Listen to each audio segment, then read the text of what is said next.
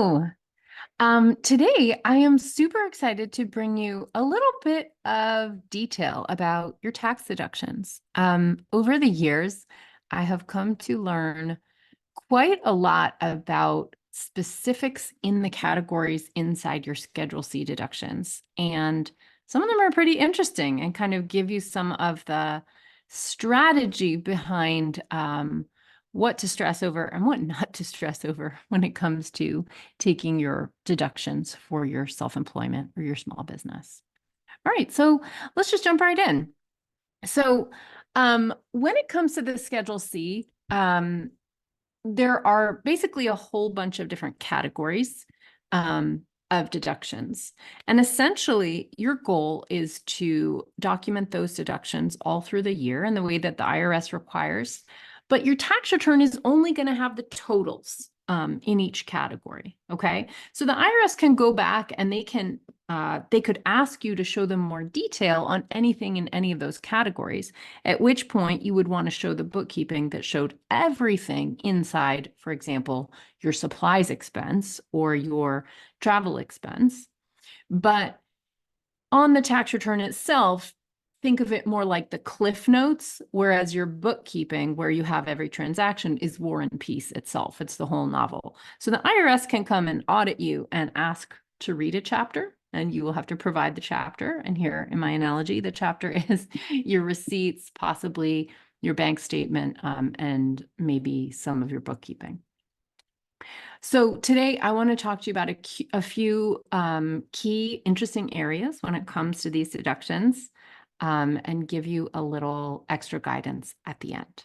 All right. So the first category I want to talk about is advertising. Now, advertising is one of the what I call golden categories. And the reason for that is that advertising itself is proof that you are operating a business and not a hobby. So hobbyists in general don't advertise. And one of the key tricky issues that a lot of creative people face, especially in the fine arts or in maybe performance, is that a lot of times if you're running a creative business, it actually might really struggle to turn a profit, even though you really genuinely are trying to make a business out of it and genuinely have a profit motive. So advertising, a lot of people don't realize this, but advertising is actually the signal of your profit motive. And the IRS definition of when your business begins is actually, if you can believe this, the moment you first advertise. Because if you think of it spiritually, advertising is your signal to the world that you're open for business, right? That whatever you have for sale, products, services, etc., is available, right? So advertising is a beneficial category. It is a category that actually sort of is a positive for you. And so in general, strategically, when I am doing a tax return, there can be some ambiguity at times about whether you put something in one category versus another.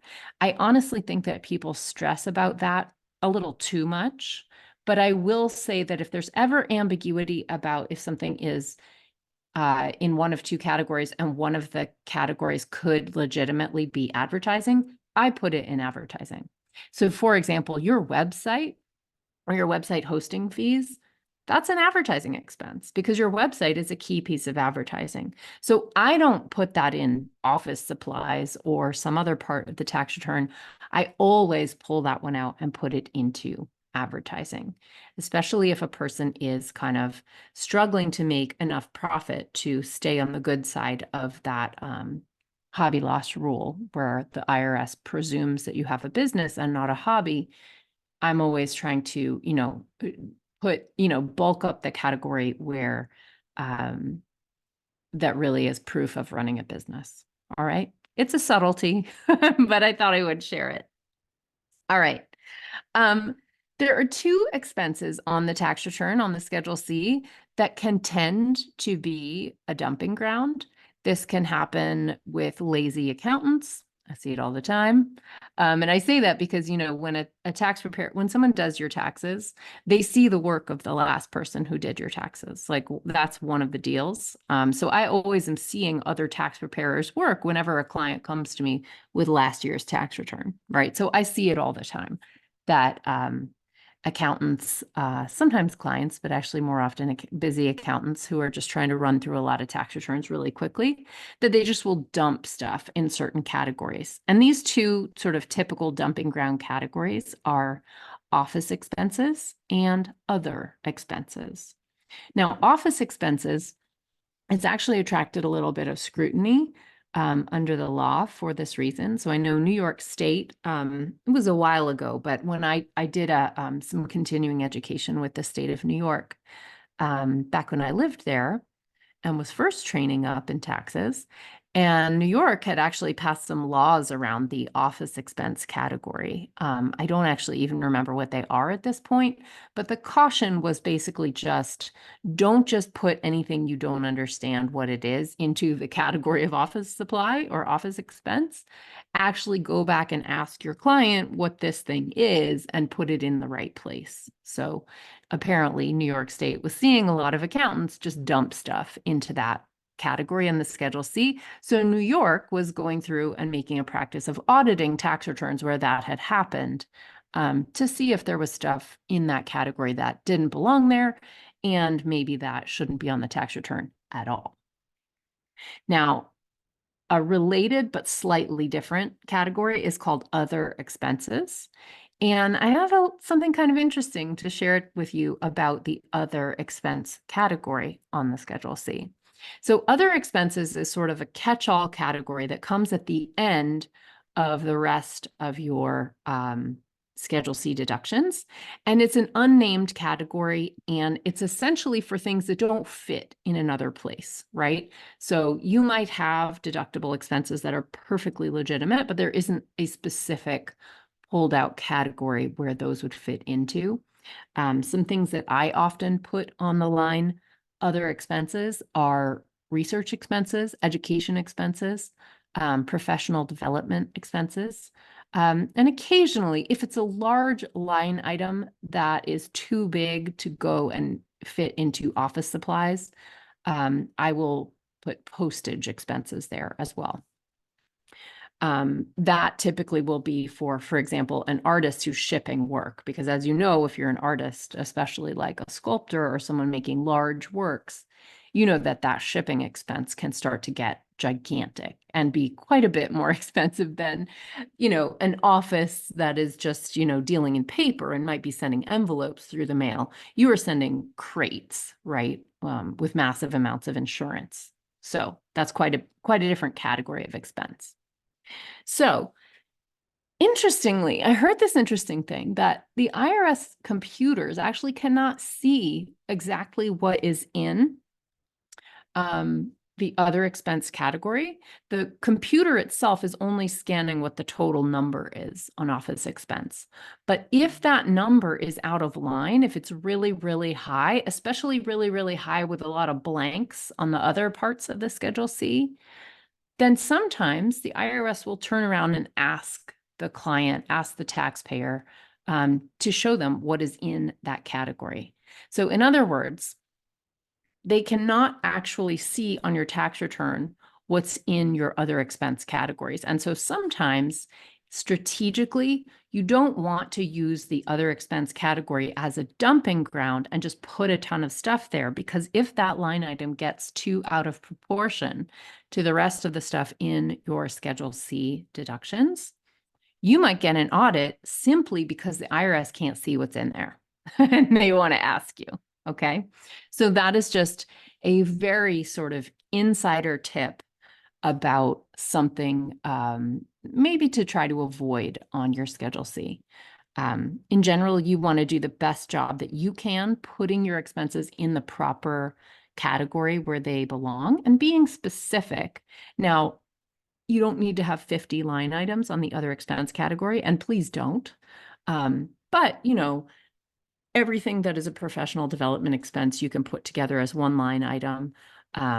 Everything that's a postage expense, you can put together as one line item. Please don't pull each of them out individually. That will just be a headache for everyone involved, and it's unnecessary work. All right. Now, I want to tell you one last kind of key interesting thing about how tax returns get flagged for audit.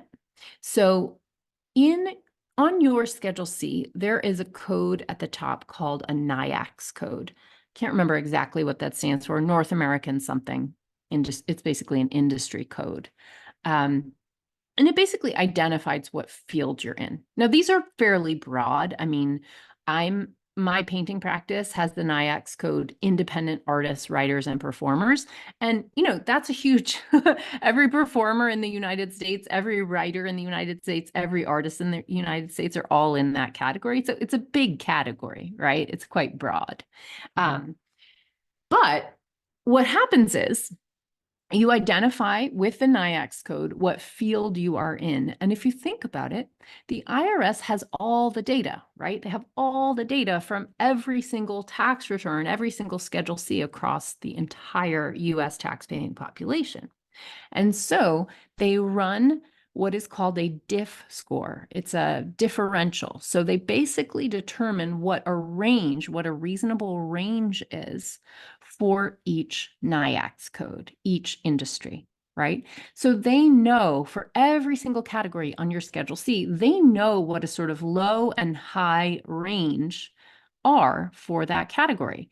They know, if you are I don't know, real estate agent in Tampa, Florida, they know the range of travel expenses or client meals expenses that is within a normal limit, right? And these are actually something that you can look up online. You can actually look up those ranges, which is fascinating reading. But essentially, the way that flags happen on a tax return is if your expenses in a category fall outside the range, meaning above the range, right? If you have way more client meals expense than a typical person with your income level in your NIAX code, well, my friend, you will likely get a flag put on your tax return. Now, not every tax return that is flagged will be audited, but all of the audits come from the flags, okay? So having extremely outsized expenses in a single category are a really good way to get audited. Now, something that I often end up having conversations with clients is there are times where you might really have expenses in a certain category that are extremely high because of the nature of the work you do, right? So you might legitimately be on the way, way high range of that expense in your area, in your field, right? To give an example, a ceramic artist running high fire kilns, right, is going to have a massive utility bill, right? It takes, if you're going to run kilns that go up many, many thousands of degrees to melt glazes and, turn turn powder into glass, you're going to have a really big electricity bill, right? So your utilities expense on your tax return is just going to be on the way high end of the range compared to other people in that category. Now, of course, the moment you say to somebody, if the IRS were to audit that category and you were to have to prove it, you would just show them like, hey, I'm a potter. I run kilns. Here's my utility bill. And you just show them. And then you show them your work. Like, it's obvious that that is true, right? It's obvious that that is real and it is a necessary expense of your work. You can't not fire your pottery, right? You have to do it. So that would be an example of a completely reasonable way to be way above the range. What I recommend, if you know that you've got something that's a little unusual in your practice, and I say this because I like to think of myself as the expert in weirdos, and I say that with a lot of love, is just document it really well. You just want to be extra safe and extra buttoned up when you are incurring expenses that are kind of larger than life for people in a similar position to you, because the chances are just a little higher that the IRS may someday turn around and ask you to prove those expenses. The good news is an audit is a checkup, not an accusation. And so if you show them the documentation that you need to, which is usually a receipt, but sometimes a little more, you'll be fine. You really will be fine. Okay. So in that vein, I have a small offering that I wanted to share with you. And I got some feedback. I've been talking to people. I've really tried to focus my work into one thing and not offer too many different services and products and different things. Because honestly, it takes a lot of effort to kind of tell people what you have available and differentiate one from the other. So in general, I have only had my program, Money Bootcamp, and I basically put everything. I put all my energy into Money Bootcamp. And anytime I develop a new course or tool, I just put it into Money Bootcamp. So everyone who's already there gets to benefit, and all the new clients, it's enticing to join. But I've gotten a little feedback lately because of, I don't know if it's because of the economic jitters or the presidential election, or people feeling a little more nervous about money these days. But that a lot of people are not able to make the commitment of my full program, but they want to be able to do something. They want to be able to have some of this education, get a quick win. And so I decided to pull one of the modules that is a good standalone module. It's not dependent on a bunch of the other learning inside Money Bootcamp, and just pull it out and make it available for you if you're interested in trying some of the courses that are inside Money Bootcamp. So I've made available my course, which is called Get Every Deduction, Your Business Deductions Deep Dive. And it is a 1-hour course it's going to help you save extra money on taxes by never missing a deduction, by knowing how to capture all of the tricky deductions, like client meals, like travel, like mileage, home studio, home office.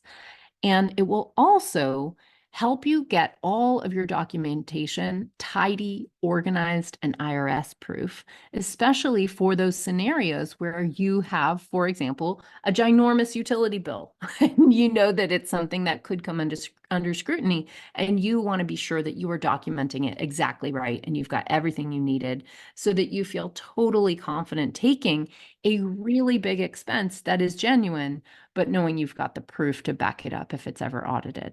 All right. So this is a 1-hour course. It's a 1-hour video. It's got a very robust outline. The video follows the outline very closely, but everything's written down for you for scanning. And it's got also a little bonus article about keeping receipts that I wrote as well. So it's a great little course. It's just a little nugget. And it's everything you need to know about your business tax deductions in just 1 hour. So if you're interested in trying a bite-sized version of what's inside Money Bootcamp for this one key issue of getting every single deduction, you can try it out. It's $97 and it is available at least for the next few weeks while you are getting those last bits of taxes organized, or if you are setting up for next year because you have already gotten your taxes done. So you can get it at sunlighttax.com/deductions. Don't mistype that, because deductions guide is where you get my free guide, my free visual guide to your tax deductions. But this is a shorter URL, sunlighttax.com/deductions. And that's where you can get this course. You can just join and have a one quick win, know you're getting every single deduction, save a bunch of money because you don't miss any that you are entitled to. So I hope that that's helpful. I wanted to just show you that I heard your feedback and I'm listening. And I hope that this offering helps you have a way to have a really awesome win on something you know you need.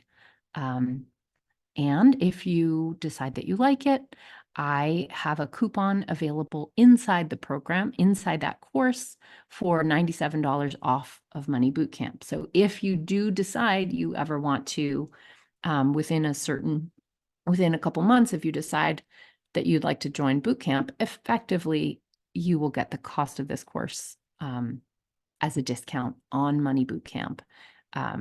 So it's not an additional expense. It kind of takes the risk out of trying it. All right, so I hope that's helpful to you. If you want that, definitely grab it. The link is in the show notes. You can get it at sunlighttax.com/deductions and go out there with confidence and get every deduction that you need. I hope this little bit of inside baseball on tax deductions was really useful to you and maybe even kind of interesting. All right, I'll see you on the next one. Bye. Thank you for watching. If you like this video, be sure to like, leave a comment, and subscribe to my channel. I'm so grateful for that. This video is for education and entertainment only. Nothing in this episode should be taken as individual tax or financial advice. You can find all the tools, books, and links I reference at sunlighttax.com/podcast.